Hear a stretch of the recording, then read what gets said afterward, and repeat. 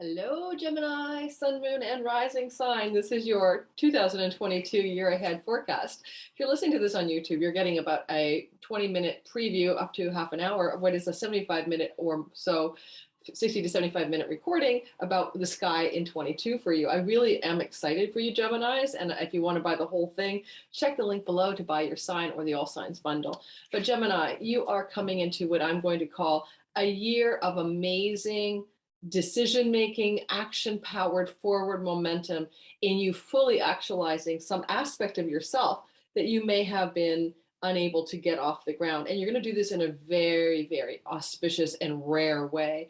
Part of that is Mars's really cool action for you for like August through the end of the year, moving through Gemini in a rare, really rare, long stay. And the other one is that you are finally free, totally free. Yay, freedom!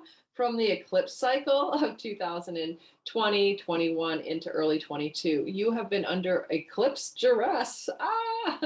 When I say duress, I mean duress. I mean, you've had eclipses through your Gemini sign, through your ascendant, and also hitting your sun and moon, if you're listening for your sun and moon.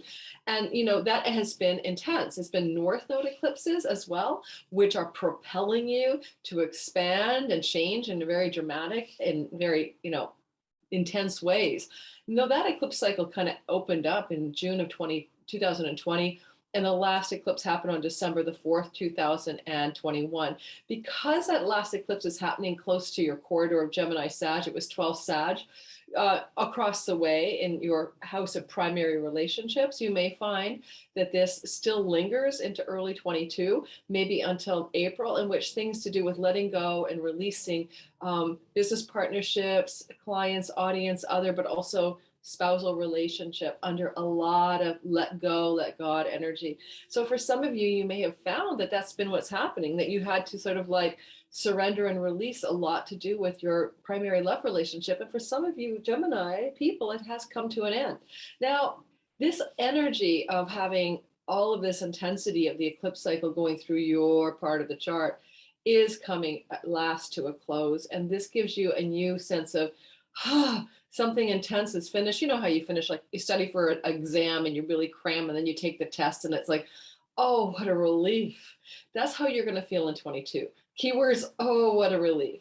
Now that feeling of, oh, what a relief won't really kick in until at least April, because you're still in the waning influence of the last eclipse on December 4th at Sagittarius 12 degrees, South Node. And that's an intense eclipse as well. And particularly, it happens to be that if your ascendant, rising sign, sun or moon is anywhere near the 12th degree of Gemini, that last eclipse has a lot of weight for you. So, I'd say, honestly, I give it a 5-degree orb even for this. I'd say anywhere between 7 Gemini, sun, moon, or rising sign to about 15 Gemini or 16 Gemini, sun, moon, or rising sign. You guys really get this last eclipse doing a lot of intensity around that house of relationship. And, I feel like if, you've been struggling in a long-term relationship, then it has been maybe really tiring for you. This could be like the nail in the coffin vibe. On the other hand, if you were a single Gemini, South Node sometimes through the energetically through the 7th house can bring you love stories that are very soulmated or feeling very karmic or divine complement, that kind of thing. So it's not all bad, not all bad. I am really happy that you're getting this relief, because I know how it feels when the eclipses go through your sign. I've had that a few years ago, right through the Aquarian corridor, my rising sign. And, the general feeling of the new eclipse cycle for you as the South and North Node migrate through to the Taurus axis and the Scorpio axis, Taurus being your natal 12th house, is it becomes a lot more subtle.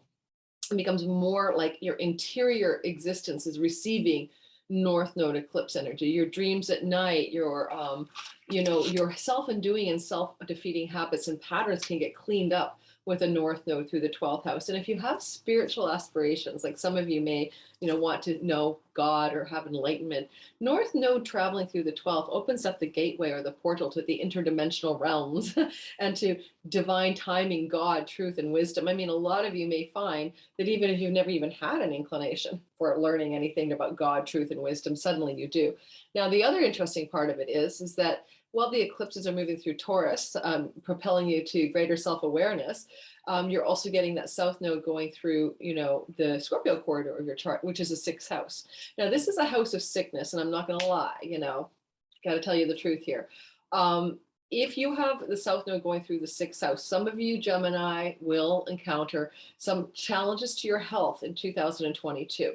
However, the south node eclipses through the sixth house. First of all, indicates karmic illnesses. Second of all, sixth house illnesses can be often accomplished through our own undoing, through things that we do for our health that aren't good for us. And with that north node through the 12th, you might find that certain changes in your diet, your lifestyle, and all of that, burning the midnight oil, drinking too much pot. I don't know what you do, but whatever you do that doesn't do your health well, you'll start to unravel that. And that's the good news. You'll start to find that you have now a new lease on health by the time 22 into mid 23 is done.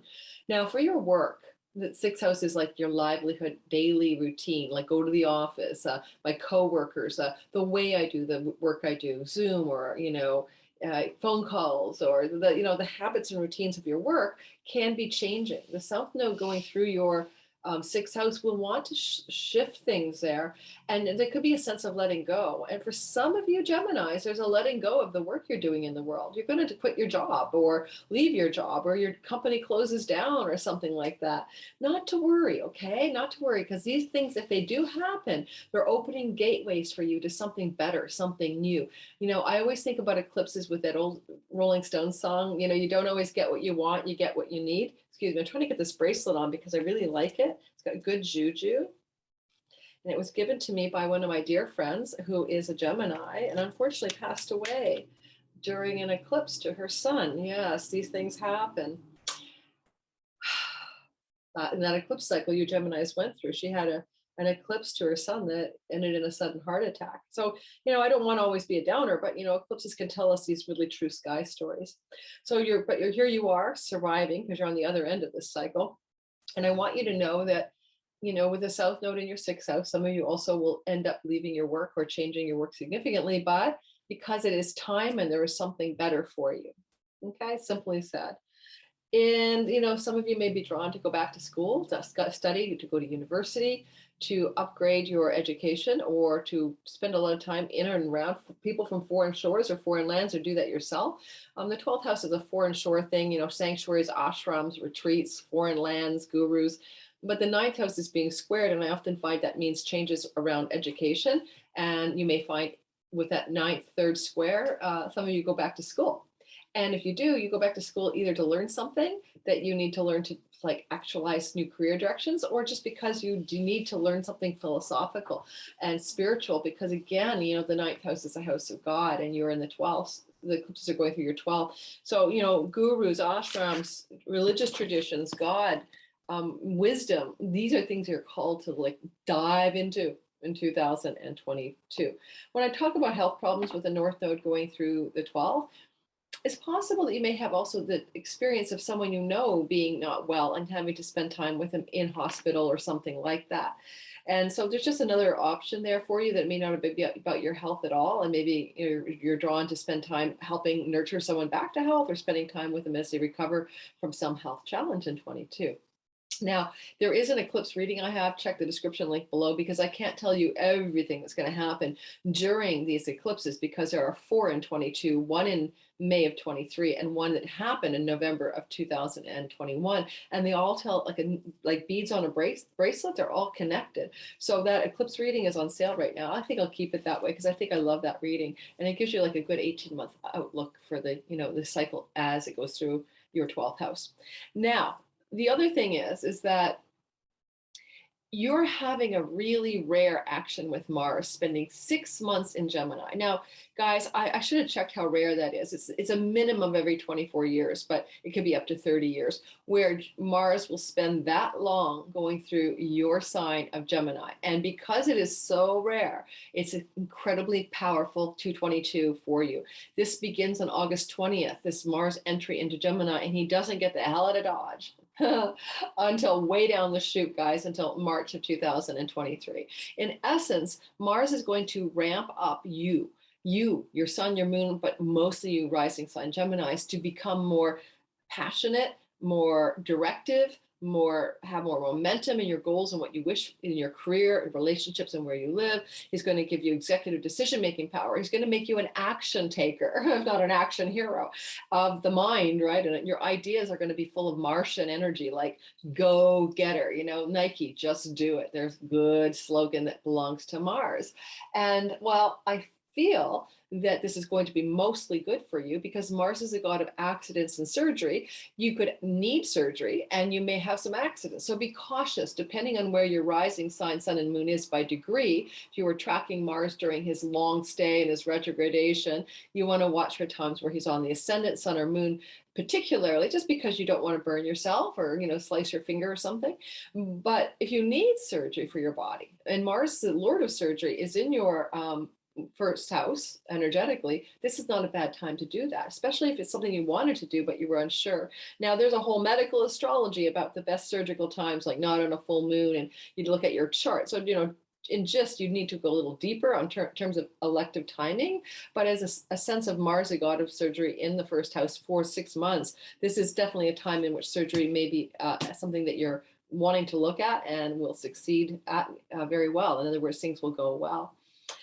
Now, the other thing I want to say is that Mars is also retrograding, and he also owns 2 pieces of your real estate. And so we're going to talk about that right now in this teaser portion, because with Mars retrograde, there are certain areas of your life when he's going backwards in the sky that are going to slow down, and you're going to feel like you just can't get anything going. And rather than push against the current of that, you know, and frustrate yourself, which I wouldn't do, I'm telling you to just like cease and desist then and let Mars do his retrogradation. I like to think of Mars as a Zen warrior, as a, you know, Kung Fu fighting, as a Shaolin master, you know, when he's retrograde. And we are going to be drawing some cards. I do one for each sign. This is I usually start with it, but I didn't today. But you guys are going to get a card from the Animal Spirit deck here about your year ahead. And then if you get the whole package later on, you want to buy my bundle or just your sign, you can get another card draw about your year ahead from my Ancestors and Angels book. Okay. Oracle deck. Mars's retrogradation details, folks, details. He starts retrograding October 30th, 2022, and he'll still be retrograding into 2023. So what you need to know is that then all of November and December next year, you kind of have 2 like houses in your chart, and if not 3, if I use his exaltation house, in which it's like everything is turned off, like someone went in and turned the lights off. Okay, now would you really want to fumble around in a dark room and try to make something happen, or would you rather wait until the lights are back on? I'd say wait until the lights are back on. So let's talk about that for you, because I think one of the things I love about astrology is it gives you the opportunity to be proactive in your decision making around things that influence your life, so that you don't just go into it stupidly, you know, without any kind of awareness. Okay, did I sound like a preacher there for astrology? I hope not. I'm just pulling up a couple of things in the back end because I want to get into some detail about that as well. Okay, so first of all, because Mars owns the real estate, right, of your natal 6th house of health protocols, sickness, and work, you know, where the South Node eclipses are happening, certainly in October and November, October 30 to the end of 22, so November and December in essence, with Mars stationing retrograde, it may not be your most auspicious time to do surgery. It may not be your most auspicious time to try to kill it in a new job, promotion, advancement, change your job. You know, stop all the presses in that zone of the chart and just lay low for 2 months. Let Mars do his magic, you know, in the chart. His retrograde will not go on forever. It will clear in 2023. Secondly, he's definitely, in fact, let me tell you, when does he clear in 2023? Into direct motion. I'm going to grab that for you guys. I should have done that because it'd be good to know how long you should be laying low, right? So give me a sec. I'm just going to pause the old button here while I grab. So talking about this Mars action for you, and I can't believe it, as I'm getting ready to continue, there is a truck outside and making a huge amount of Mars noise. Trucks, trains, planes, automobiles. You can see that I've got a wrap on now because I'm cold. But anyway, let's continue. So here's the deal, guys. You know, Mars is the owner of certain real estate in your chart.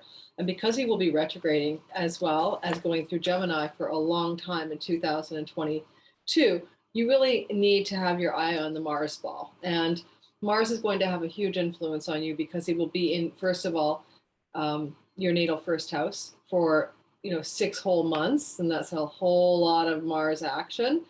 And that means that Mars is helping you make those executive decisions. He gets in there August the 20th, and he leaves that part of your chart, in March of 2023. So you are becoming Martian. You're becoming warrior-like, decisive, action-taking. Surgeries can go well. Accidents to be cautious for, especially as he goes over the ascendant sun or moon in your chart. So pay attention to his sky action in detail during August the 20th onward. But he also owns these territories in the real estate of you. And those territories mean that he'll have more influence because of his potency in your first house this year. So as a Gemini sun, moon, and especially rising sign, Mars is the owner in your chart of your, let's go through all the places he's got dominion over. 2 houses he owns and 1 exaltation house.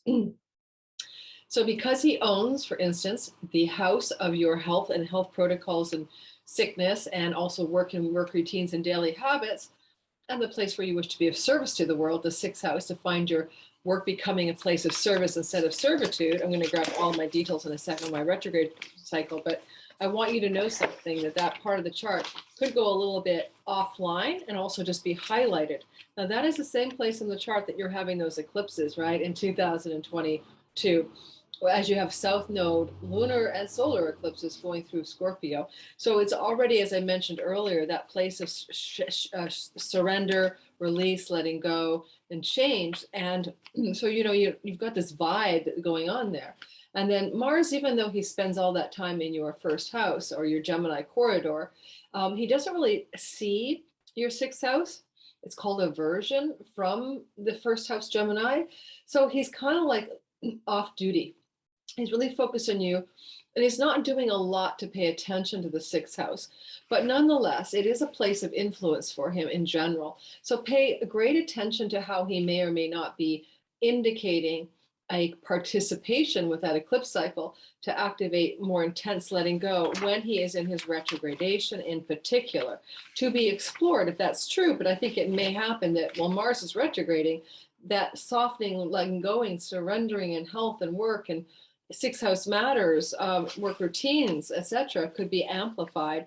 So he will retrograde on October 30th. He stations retrograde, and he won't go direct until January 12th. So because he stations retrograde at 25 Gemini, if your ascendant is anywhere between 21 and 25, 22 and 28 Gemini, you're really going to feel this Mars turning backward. It's going to slow you down between October 30th and January 12th. And it's definitely not a good time to try to get big projects off the ground in your career. Not a great time to move, not a great time for surgery, not a great time to try to go against your spouse and win a battle or a legal separation agreement, or even just any legal cases. Mars retrograde opposing the descendant is not good for winning at legal things either, or don't sign legal contracts during that time either. The interesting thing is, as I'm recording this for you, this is an insert recording from the video I did earlier. So what happened was I forgot to unpause my recording. So if something I'm saying now is repeating what I've already said, I apologize, because I may be repeating myself. But also I want to say that you have this energy of Mars in his retrogradation also serving you, as I already said earlier, to Sensei Warrior go in and all of that. So you might have some deeper insights on how to better your health protocols during his retrograde, October 30th to the end of 22. Now, he's also the ruler of your 11th house of good spirit, the house of your friends and family, your friends and allies who are benefactors to you, not family, friends who are allies and benefactors to you, and your hopes, dreams, and wishes. Now, Mars is a god of cutting and severing, and in general, because he has dominion over that part of the chart and spends up to, 6 months, in Gemini, starting in August through to 23, he sextiles that part of the chart.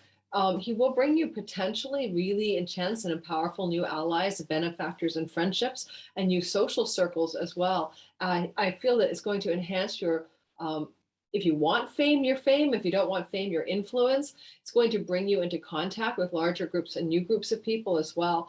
And I do think that during his retrograde, after October 30th, You may slow down some of this sense of new friends, new allies, new benefactors. It is a house of your great gains from your career and, great financial gains from your career. So that could slow down too, October and November and December of next year. But before that, it's pretty game on, right? I mean, with Mars August 20th. So you can say that, September and all of October are intensely positive for increased financial gain and awards and rewards from the house of career. And your deepest hopes and wishes for your life are the 11th house, and it's quite possible that some of that will be given Martian upgrades. Mars is like, take a risk, go for it, go big or go home. Do it, just do it. Seize the day, carpe diem. Veni, vidi, vici. I came, I saw, I conquered. And when it comes to your hopes, dreams, and wishes, those Martian refrains may really play out a lot, trying to sustain momentum in actualizing what you actually desire in life, having this rare Mars transit through your first house for so long. You may be able to really go for it in those dreams, hopes, and wishes in a way that you haven't ever thought was possible. And certainly Mars loves to take risks. And, so your chances of succeeding when you play to win are really, really high in 2022, particularly after he goes into, especially because he goes into Gemini on August the 20th. Now he exalts your 8th house of money that belongs to others. This is your spouse, your inheritance monies, bank loans, could be lottery wins because that's government money you win. Government takes possession of that people's money and gives it to one person. I suggest that possibly if you've had a hard time with the South Node going through Aquarius during the 21 eclipse cycle into early 22, this may be like the time in which, during August onwards to the end of the year, you're negotiating, separating out monies with your spouse or your significant other or your business partner with whom you are separating. So that's just one possibility. Mars is definitely not giving that to you for sure. He's the exaltation lord of your 8th house, and he is in aversion to it, just like he is a Scorpio 6th house while he goes through Gemini. So he's not really hands-on for that house, but he thematically is a lord of that, exaltation lord of that house. That 8th house belongs to Saturn, and Saturn is in great dignity in Aquarius and in the house of courts. If you have to go to battle or have to go to a court or a judge around any matter in your story, August through to the end of the year next year, with Mars in your first house, you kind of have Mars on your side to win things to do with money and to do with courts because of the combination of factors I just mentioned. I also would say watch out for, the 8th house is secrets, things that are hidden from view, especially other people's secrets that you have no awareness of. And I'm suspicious that Mars, when he retrogrades, could bring secrets out of the dark that were hidden from your knowledge. And some of them may be a little bit difficult to deal with. And that, don't forget, retrograding is October 30th through to January 12th. October 30th, 22 to January 12th of 23. So I wouldn't be surprised if some kind of things that were hidden from view could slip out from beneath the surface and be exposed about something in your life, maybe about something your business partner or spouse was up to in particular, just possibly. And and that's about that. If you have any enemies, by the way, that you know about, the house of known enemies, 7th house, Mars in your first house helps you win and beat them and conquer the day, be able to prevail over gnarly, nasty people who don't wish you well, and letting you know that. So let's go ahead and draw a card from the Animal Spirit deck. Now, I had to do an insert because I unfortunately forgot to continue recording. So therefore, I already know what the card is, so I'm not going to fake shuffle the cards for you. The card I had drawn before I did the insert here is the Swan, okay? So I have to say this is kind of an appropriate card because it's about soul, the 12th house matters. And I'm going to read it to you in a minute. And, with the North Node going through your 12th house, the theme of your enlightenment, your soul, your deeper purpose in life is really, really strongly highlighted. And the extent to which you're willing to go in that direction and engage the deeper meaning of life in general, your life and all of our lives, it's the way you want to take it on as a kind of a blessing. So, you could find that having the North Node, as I think I might have said earlier, through your 12th house, guys, if you ever wanted to receive an enlightenment hit, This is your window of time. So now what I'm going to do is I'm going to grab the book and I'm going to grab Swan. It's all queued up because I've already drawn this and had no recording going. Oh, Swan.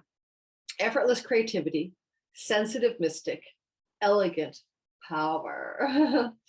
The swan represents heightened creativity. And in Hindu mythology, the goddess Saraswati, the embodiment of language, creativity, and artistry, rides on the back of this graceful creature. The swan is ready to take us there to the fluid realms of writing, creating, and reflecting. This potent and healing energy is not to be taken for granted or taken lightly. When the Swan card appears, your soul is calling for attention, for solo time. An inner voice is waiting to be heard, and inner vision is likely to be revealed. Now, inner voice and inner vision, those are 12th house words. With this 12th house activation, it's like you're being called to listen to the inner voice, where you call it the small, sweet, still voice within, the voice of God, the voice of your true self, the voice of divine intelligence. So this card is reflecting that North Node transit through your Taurus 12th house. So when you're in balance in 2022, you are an infinite creative power. And when you are out of balance in 22, according to this book, you are agitated, snippy, and you are lacking vision. And to bring yourself into balance, you need solo time writing. Now, you do have Jupiter going through your 10th house this year, which is going to be amazing. And your career is going to accelerate. And things are going to get better than ever in your financial gain, to do with also Jupiter's transit of your 11th. And we're going to go into a lot of detail about that in the all signs. But despite what may be, Gemini, some outer world successes in your career and money, there is a call to not just squander a North Node transit through the 12th house. It can be hugely enlightening. It can be a rare opportunity, truly a rare opportunity for a depth of spiritual awakening. I just had that transit myself when the nodes were moving through the 6th and 12th axis of my chart a 3 years ago, and it was a very deep spiritual awakening. In fact, I even had a spiritual mini enlightenment in 2018. So I'm speaking for a little from experience of what kind of magical things can happen with that South Node, North Node axis in your chart. All right, so thanks for listening. And please consider going ahead and grabbing in the description box below the all signs and bundle. Why not? You get a deal, right? You get to check everybody's, your sun, your moon, your rising. You get to check your friends and family out. You can also consider getting the eclipse reading with me, because there's 18 months to 2 years of storytelling there about how this new spiritual aspectual 12/6 house eclipse cycle may in depth play out by looking at each of the 6 eclipses and how they interact with your chart. It's very depth, and it gives you a lot of proactive, prescriptive content as well. And so check my description box below for all of that. If you're listening to this on YouTube and you want to get the rest of the recording, because I'm stopping now, you just have to go down below, click the link for the all signs bundle, and you'll get access right away to either the sign that you want, in this case Gemini, or the all signs bundle, and you can continue to listen. You'll have this first half too and the rest of the video. Thank you so much, guys. I'll see you in 2022. I hope your year is amazing. Bye-bye. Like and subscribe, don't forget. Help my channel grow. Appreciate you guys.